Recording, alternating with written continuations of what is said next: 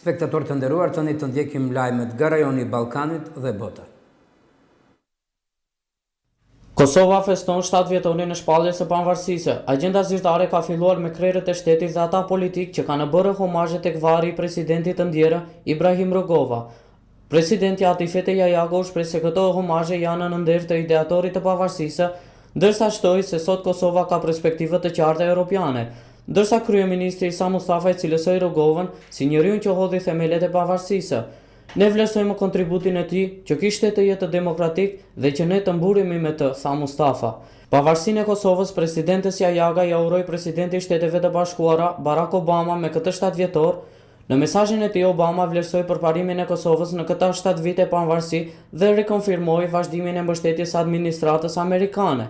Presidenti Jajaga e uroi edhe mbretëresha e Britanisë së Madhe, Elizabeta II, me anë të një mesazhi monarke e shprehu popullit të Kosovës dëshirën e saj për prosperitet gjatë vitit në vijim. Për 7 vjetorin e pavarësisë së Kosovës, presidenti i Kosovës mori edhe urimin nga homologët e saj të shteteve të rajonit dhe më gjërë.